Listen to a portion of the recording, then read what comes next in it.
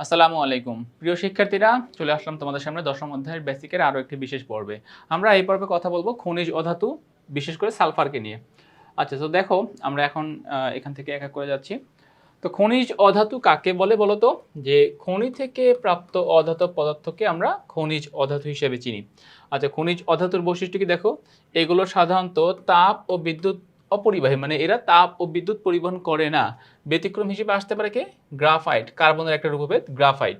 আচ্ছা, এগুলো ধাতুর মতো উজ্জ্বল নয়, আঘাত করলে ভেঙে যায়, নাম্বার 2। আর সাধারণত ধাতুর তুলনায় এগুলোর গলনাঙ্ক স্ফুটনাঙ্ক অনেক কম হয়। এগুলো হচ্ছে জাস্ট অধাতুর বা অধাতব পদার্থের বৈশিষ্ট্য। আচ্ছা, এবারে আমরা খনিজ ধাতুর কিছু উদাহরণ বিবেচনা করতে পারি। দেখো, নাম্বার 1 বলতেছে সালফার, নাম্বার 2 ফসফরাস, নাম্বার 3 হচ্ছে হীরা ও গ্রাফাইট। তো সালফার কোন কাজে লাগে? সালফিউরিক অ্যাসিড তৈরি এবং রাবারের ভলকানাইজিংয়ে ব্যবহৃত হয়। ফসফরাস লাগে রাসায়নিক সার, দিয়াশলাই শিল্পে এটা ব্যবহার করা হয়। আর হীরা ও গ্রাফাইট কার্বনের দুটি ভিন্ন ভিন্ন রূপভেদ। হীরা গহনা তৈরিতে এবং গ্রাফাইট পেন্সিলের শীষ এবং তড়িৎদ্বার তৈরিতে ব্যবহৃত হয়। অর্থাৎ ফসফরাস, সালফার এবং কার্বনের তিনটা ব্যবহার আমরা এখানে দেখে ফেললাম। ওকে, আমরা এবারে আমাদের মূল যে আলোচনা ছিল সালফার, সেই সালফারকে নিয়ে আমরা এখন আলোচনা করতেছি। দেখো, সালফার নিয়ে কি বলতেছে? সালফার একটি গুরুত্বপূর্ণ খনিজ অধাতু যা খনি থেকে সংগ্রহ করা হয়। সালফারকে আমরা কোথায় থেকে সংগ্রহ করতে পারি? খনি থেকে আমরা সংগ্রহ করতে পারি। আচ্ছা, ভৌত অবস্থা বলছে কি দেখো, যে সাধারণ তাপমাত্রায় সালফার একটি উজ্জ্বল হলুদ বর্ণের ভঙ্গুর কঠিন পদার্থ। এটি পানিতে অদ্রবণীয়, কিন্তু কার্বন ডাইসালফাইডে সহজে দ্রবীভূত হয়। মানে ভৌত অবস্থায় হচ্ছে যে এটা পানিতে দ্রবীভূত হয় না, কিন্তু কার্বন ডাইসালফাইড CH2 তে সহজে কি হয়? দ্রবীভূত হতে পারে। গন্ধ, সালফার নিজে গন্ধহীন, তবে এদের অনেক যৌগ যেরকম হাইড্রোজেন সালফাইড বা পচা ডিমের গ্যাস তীব্র গন্ধযুক্ত বা দুর্গন্ধযুক্ত। সালফারের উপস্থিতি মুক্ত অবস্থা, দেখো যে কোথায় মুক্ত অবস্থায় কোথায় সালফার পাওয়া যায়? আগ্নেয়গিরি সংলগ্ন অঞ্চল এবং মাটির নিচে সালফারযুক্ত মৌল হিসেবে সালফারকে পাওয়া যায়। আচ্ছা, সালফারকে পাওয়া যায় গেল এটা। আরেকটা বলতেছে আকরিক হিসেবে সালফার মূলত সালফাইড, যেরকম লেড সালফাইড, সিন্নাবার, তারপরে হচ্ছে জিপসাম ইত্যাদি যৌগে আমরা আকরিক হিসেবে সালফারকে পেয়ে থাকি। ওকে, এবারে এবারে আমরা যাব, দেখো ফ্রাস পদ্ধতি। ফ্রাস পদ্ধতিটা আমরা একটা চিত্র থেকে বুঝে নেই, ফলো করো। তোমার এই যে দেখো খনির মধ্যে আছে, এখানে সালফার আছে, এই যে হলুদ বর্ণের সালফারকে আমরা এখানে পাই।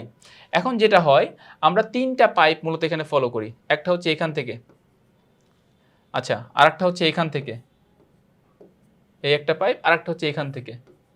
এখান থেকে হচ্ছে বায়ু প্রবাহ করা হয়, এখান থেকে বায়ু প্রবাহ করা হয়। আর এখান থেকে দিচ্ছি আমরা super heated water. Super heated water দিলে এই যে দেখো নিচে যে কঠিন সালফারগুলো আছে, এই সালফারগুলো কি হয়? কঠিন থেকে সহজেই তরলে পরিণত হয়ে যায় সুপার হিটেড ওয়াটারের ফলে। তো তরল সালফারটাকে তুমি যখন এরকম বায়ু প্রবাহ দিয়ে প্রেশার ক্রিয়েট করবা, তখন সালফারগুলো আস্তে আস্তে এই পথ ধরে ধরে ধরে এখান থেকে কি হবে? সহজে বের হয়ে যেতে পারবে। সো তিনটা পাইপ, এক জায়গায় দিচ্ছি এক জায়গায় দিচ্ছি আমরা সুপার হিটেড ওয়াটার, আরেকটা জায়গায় দিচ্ছি আমরা বায়ু প্রবাহ, এবং আরেকটা জায়গায় তরল সালফারকে যেন আমি এরকম মানে পাইপের সাহায্যে আরেকটা জায়গা থেকে সহজে বের করতে পারি, সেই জন্য আর একটা নল বা পাইপ ব্যবহার করা হচ্ছে। আর সালফার ধারণকারী শিলা, এই যে যেটার মধ্যে সালফার আছে, সেখান থেকে আমরা এরকম সালফার ধারণকারী শিলাকে ব্যবহার করছি। ওকে, এবারে আসো ফ্রাস পদ্ধতিতে সালফারের যে উপকরণ। এখানে বলতেছে যে তিনটে ভিন্ন ব্যাস এর এক কেন্দ্রিক পাইপ, যেটা কিনা ফ্লাশ পাইপ হিসেবে ব্যবহৃত হয়। অতি উত্তপ্ত পানি বা সুপার হিটেড ওয়াটার থাকে। দেন উত্তোলন প্রক্রিয়া, যেটা বলছে যে আমরা ফার্স্টে কি করব? আমরা ফার্স্টে সুপার হিটেড ওয়াটার দিয়ে আমরা সালফারকে শুরুতে গলাবো। এই যে সালফারের গলনাঙ্ক যেহেতু 150 ডিগ্রি, সরি 115 ডিগ্রি সেলসিয়াস, তাহলে এই অল্প তাপমাত্রায় সালফারটা কি হয়ে যাবে? গলে যাবে। দেন আমরা ফেনা তৈরি করব, দেন সালফার আমরা উত্তোলন করব, জমাটবদ্ধকরণ এবং বিশুদ্ধকরণ করব। এবং প্রত্যেকটা পার্টি দেখো এখানে কিন্তু আমাদের শর্ট শর্ট ডিসক্রিপশন দেওয়া আছে। সেখানে বায়ুমণ্ডল যেরকম হচ্ছে ফেনা তৈরির ক্ষেত্রে বায়ুমণ্ডলের চাপ কত হবে? 20 থেকে 22 বায়ুমণ্ডলীয় চাপে এটা হতে পারবে। আচ্ছা, সালফারের বিভিন্ন যৌগ। এক নম্বরে আসো সালফার ডাইঅক্সাইড। এবারের কাজ হচ্ছে আমাদের সালফারের মূলত এখান থেকে ফ্রাস পদ্ধতিতে সালফার উত্তোলনটা অনেক বেশি গুরুত্বপূর্ণ। তো আমরা এখন সালফারের বিভিন্ন যৌগ নিয়ে কথা বলবো। সালফারের যৌগ হিসেবে কে কে থাকতে পারে? আচ্ছা, শুরুতেই থাকতেছে দেখো সালফার ডাইঅক্সাইড। আচ্ছা, SO2।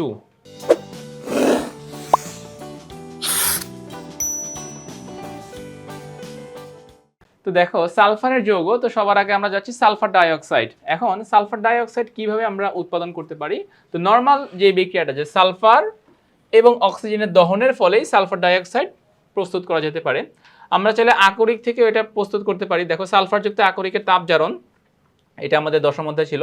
যেরকম দেখো জিঙ্ক সালফাইড প্লাস অক্সিজেন, তাহলে জিঙ্ক আর অক্সিজেন বিক্রিয়া করে উৎপন্ন করবে জিঙ্ক অক্সাইড, সালফার আর অক্সিজেন বিক্রিয়া করে উৎপন্ন করবে সালফার ডাইঅক্সাইড। আবার কপার সালফাইড, দেখো কপার আর অক্সিজেন বিক্রিয়া করে উৎপন্ন হবে কপার অক্সাইড, সালফার আর অক্সিজেন বিক্রিয়া করে উৎপন্ন করবে সালফার ডাইঅক্সাইড। তো তুমি সালফারযুক্ত আকরিক থেকেও কিন্তু চাইলে এই সালফার ডাইঅক্সাইড গ্যাস প্রস্তুত করতে পারো।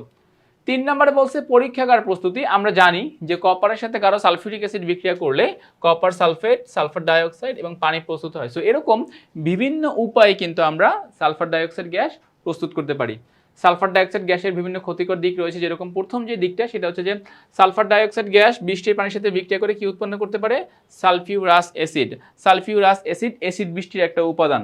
আচ্ছা, এছাড়াও দেখো মানুষের শ্বাসকষ্ট এবং স্বাস্থ্যের ক্ষতির দিক চিন্তা করেও সালফার ডাইঅক্সাইডের একটা ক্ষতিকর দিক রয়েছে, যে বলতেছে যে এটি নাক, গলা এবং ফুসফুসে জ্বালা পোড়া সৃষ্টি করে। বিশেষ করে অ্যাজমা রোগীদের জন্য এটি বিপজ্জনক এবং দীর্ঘমেয়াদী ব্রঙ্কাইটিস সৃষ্টি করতে পারে। আচ্ছা, উদ্ভিদের ক্ষতি। সালফার ডাইঅক্সাইড বায়ু দূষণ ঘটায়, যা দৃষ্টিসীমা কমিয়ে দিতে পারি। তারপরে বলতেছে যে পরিবেশ দূষণ, কয়লা বা জীবাশ্ম জ্বালানি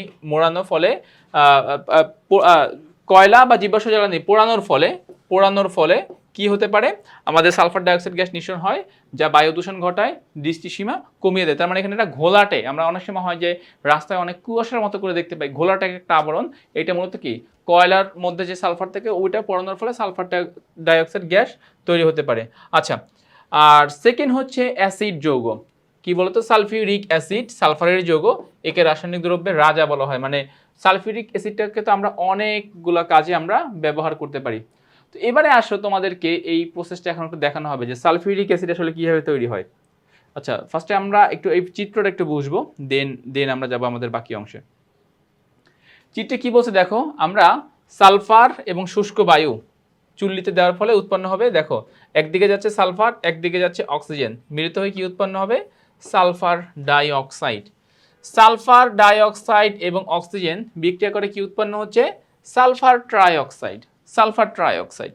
আচ্ছা, এবারে বলতেছে এই সালফার ট্রাইঅক্সাইড এবং এই দিক থেকে আসতেছে ঘন সালফিউরিক অ্যাসিড, তার মানে সালফার ট্রাইঅক্সাইড এবং সালফিউরিক অ্যাসিড H2SO4 মিলিত হয়ে উৎপন্ন হয় ওলিয়াম, H2S2O7 ওলিয়াম উৎপন্ন হয়।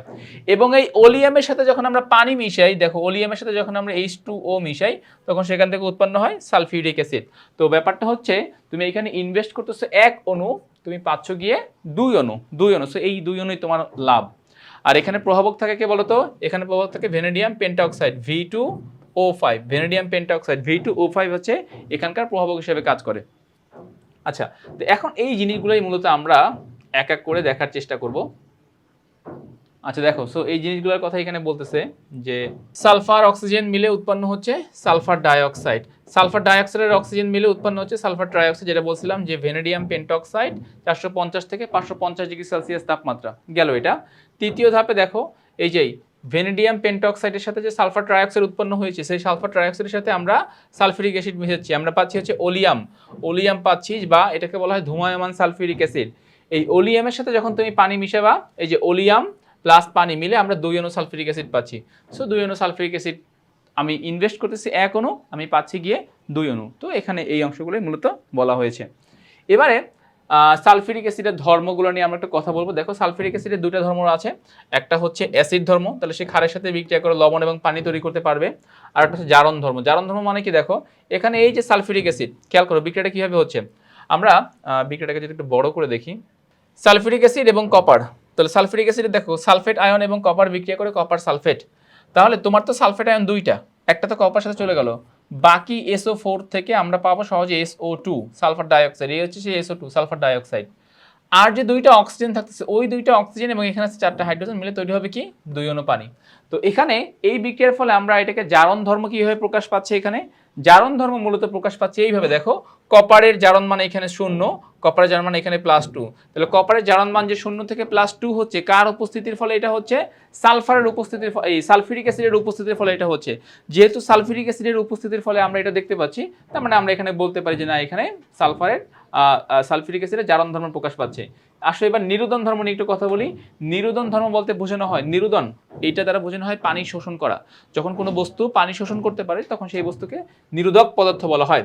তার মানে চিনি, দেখো চিনি থেকে একটা কাজ করো, 12টা কার্বনকে আলাদা করে ফেলি আমরা, আর 22টা হাইড্রোজেন 11টা অক্সিজেন মিলে 11 অণু পানি যুক্ত হচ্ছে, 11 অণু পানি, 22টা হাইড্রোজেন আর 11টা অক্সিজেন মিলে 11 অণু পানি। এই 11 অণু পানি দেখো কে শোষণ করতেছে? সালফিউরিক অ্যাসিড শোষণ করতেছে। যেহেতু সালফিউরিক অ্যাসিড এই 11 অণু পানিকে শোষণ করতেছে, তার মানে আমরা বলতে পারবো যে সালফিউরিক অ্যাসিডের নিরুদন ধর্ম রয়েছে, বিধায় সে এই পানিকে শোষণ করতে পারে। ওকে, তো তাইলে আমরা এই খনিজ অধাতুর যে চ্যাপ্টার, সেখানে মূলত সালফার, সালফার ডাইঅক্সাইড, ফ্রাশ পদ্ধতি, এই সকল পয়েন্টগুলো নিয়ে আমরা এখানে কথা বলেছি। সো আমি আশা করতেছি তোমরা এইটুকু অংশ প্রপারলি বুঝতে পেরেছো। তো আজ এ পর্যন্তই, নতুন কোনো পর্বে তোমাদের সাথে আবার দেখা হবে। ততক্ষণ পর্যন্ত সবাই ভালো থাকো, সুস্থ থাকো, আল্লাহ হাফেজ।